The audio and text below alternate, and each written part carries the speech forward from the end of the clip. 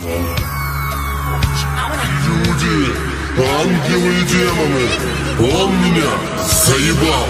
Всему моему молодняку анал порвал.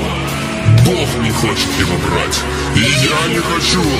Майкл, ты пиздуй на землю и сходи к врачу.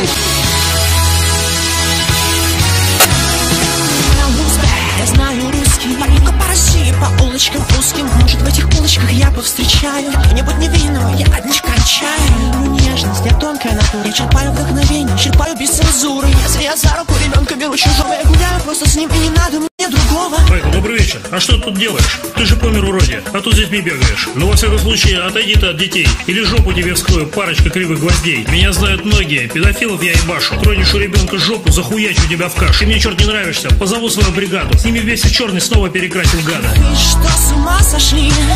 Вышла Россия. Я детей не трогаю, я абсолютно чист. Те, кто на меня иски подавал, денег от меня хотели, вот их иски я ебал.